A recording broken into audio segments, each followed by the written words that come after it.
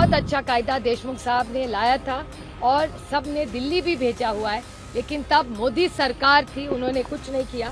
आज एनडीए की सरकार दिल्ली में है, उन्होंने भी कुछ नहीं किया, उसका हम जाहिर निषेध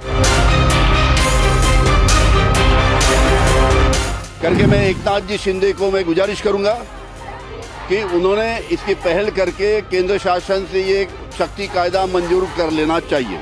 राष्ट्रवादी कांग्रेस पार्टी शरद पवार के नेता और महिला कार्यकर्ता शक्ति विधेयक को मंजूरी देने में देरी के खिलाफ मंगलवार को राज्य सचिवालय के पास महात्मा गांधी की प्रतिमा के सामने विरोध प्रदर्शन कर रहे हैं। उन्होंने हाथ में पोस्टर लेकर नारेबाजी की और अपनी आवाज सरकार तक पहुंचाने की कोशिश की।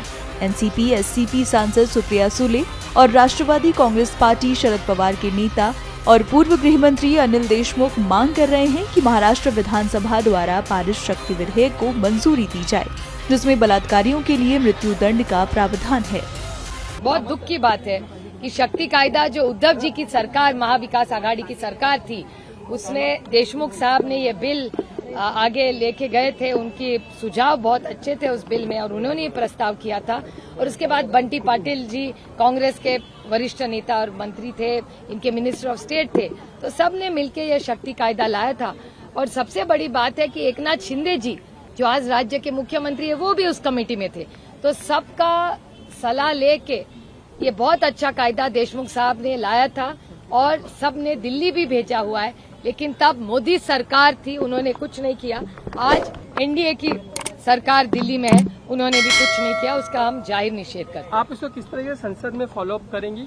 मैं खुद देशमुख साहब को विनती करूंगी कि देशमुख साहब अगर सब नेताओं गण को, सारे जो इंडिया अलायंस के नेता है, उनको अगर जब खत लिखे तो जब पार्लियामेंट नवंबर में शुरू होगा तो मैं देशमुख साहब को विनती करूंगी वो दिल्ली आए, सब बड़े नेताओं से हम लोग मिलेंगे।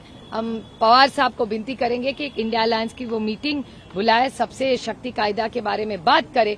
उसके बाद हम सब इंडिया अलायंस से उनसे बात करके विनती करेंगे कि हम लोग साथ जाके इस देश के जो होम मिनिस्टर है उनसे मिले और उनको विनती करे कि ये बिल ला दे। जो हमारी जब उद्धव जी ठाकरे मुख्यमंत्री थे, मैं गृह मंत्री था, हमने जो कायदा बनाया था शक्ति कायदा, जिसके तहत जो भी महिलाओं के ऊपर अत्याचार होता है, बलात्कार होता है या छोटी बालिका के ऊपर अत्याचार होता है, तो ये अत्याचारी को फांसी देने का कायदा हमने बनाया था।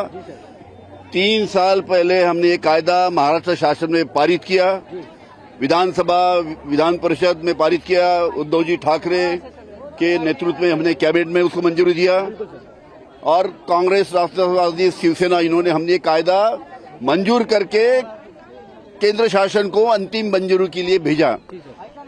3 साल से हमने जो शक्ति कायदा बनाया था वो 3 साल से दिल्ली में सरकार के बाद प्रलंबित है।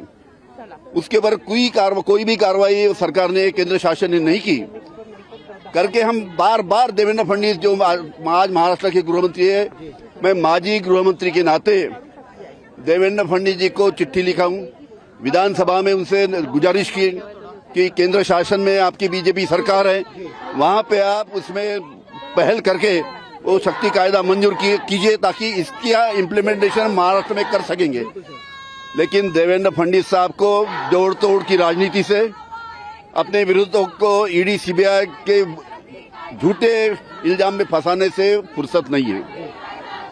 करके मैं एकनाथ जी शिंदे को मैं गुजारिश करूंगा कि उन्होंने इसकी पहल करके केंद्र शासन से ये शक्ति कायदा मंजूर कर लेना चाहिए। सर, अगर ये बिल नहीं लागू होता, क्या केंद्र सरकार को ये 15-20 दिन में इसकी पहल एकनाथ जी शिंदे नहीं करेंगे तो हम राज्यसभा में हम माननीय राज्यपाल के यहाँ इसी प्रकार का धरना देंगे। शक्ति विधेयक को उद्धव ठाकरे महाराष्ट्र के सीएम रहते लाने की तैयारी में थे। इस विधेयक में महाराष्ट्र सरकार ने रेप के मामले में मृत्युदंड का प्रावधान किया था।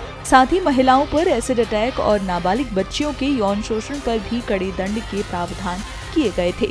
लेकिन उद्धव ठाकरे की सरकार गिर गई और एकनाथ शिंदे के नेतृत्व में बनी सरकार इस विधेयक को विधानसभा की मंजूरी नहीं दिला पाई। अब इसी विधेयक को लेकर शिवसेना उद्धव गुट शिंदे सरकार पर हमलावर है और इसे लागू करने की मांग कर रहा है।